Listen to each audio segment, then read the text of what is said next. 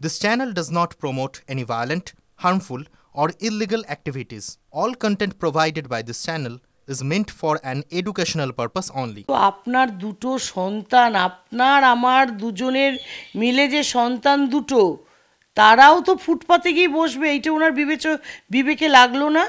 রত্নাকে আঘাত করতে গিয়ে যে আমি আমার দুটো সন্তানকে ফুটপাতে বসাচ্ছি, আবার বড় বড় কথা বলছে বৈশাখীর বাড়িতে রয়েছে।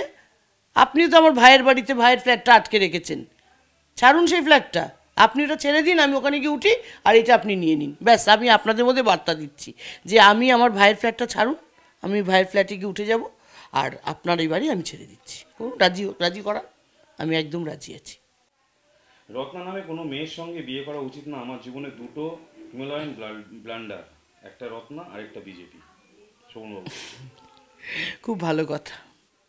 তখন রত্নাকে ভালো লেগেছিল, রত্নার বাবার পয়সাকে ভালো লেগেছিল, তো এখন 22 বছর পর বৈশাখীকে দেখে ভালো লেগেছে, তখন মনে হচ্ছে রত্নাকে এটা ব্লান্ডার। আমার এটা নিয়ে কিছু বলার নেই।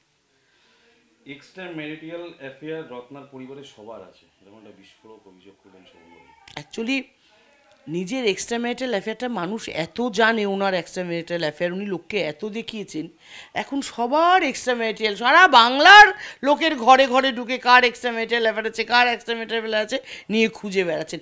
আমি এত নিচু একটা মানে মনের লোকের কথা আপনারা আমাকে ইন্টারভিউতে জিজ্ঞাসা করছেন না, আমার বেসিক্যালি ঘেন্না লাগছে এসব কথার উত্তর দিতে। রত্নার বাড়ির কার কার আছে সেই নিয়ে উনি রাস্তায় নোংরা ঘাটতে নেমেছেন। দেখুন, ওই কনজারভেন্সিতে যে নোংরা ঘাটা হয় না, ওনাকে বলুন সকালবেলা সেই নোংরাগুলো ঘাটতে, ঘেটে ওখান থেকে হয়তো সোনার উপর কিছু পেয়ে যেতে পারেন। রত্নার বাড়ির নোংরা ঘেটে ওনার কোনো লাভ নেই। আর এই দেখিয়ে উনি নিম্ন আদালত, উচ্চ আদালত কোথাও গিয়ে ডিভোর্সও পাবেন না যে রত্নার বাড়ির সবার এক্সট্রা ম্যারিটাল অ্যাফেয়ার আছে তাই আমার ডিভোর্স চাই।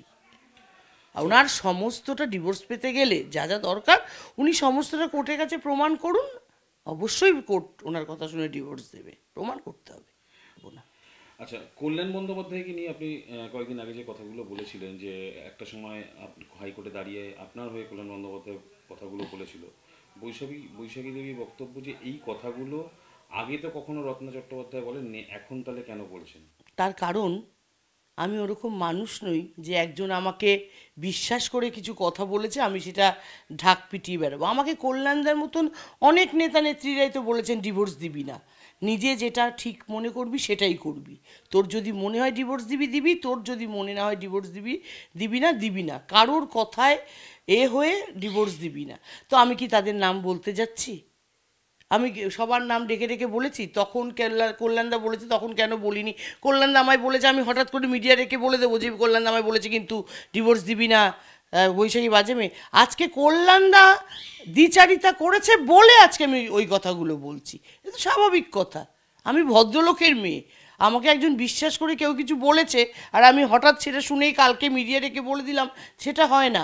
তিনি যখন দ্বিচারিতা করছেন তখন আমাকে মুখ খুলতে হয়েছে।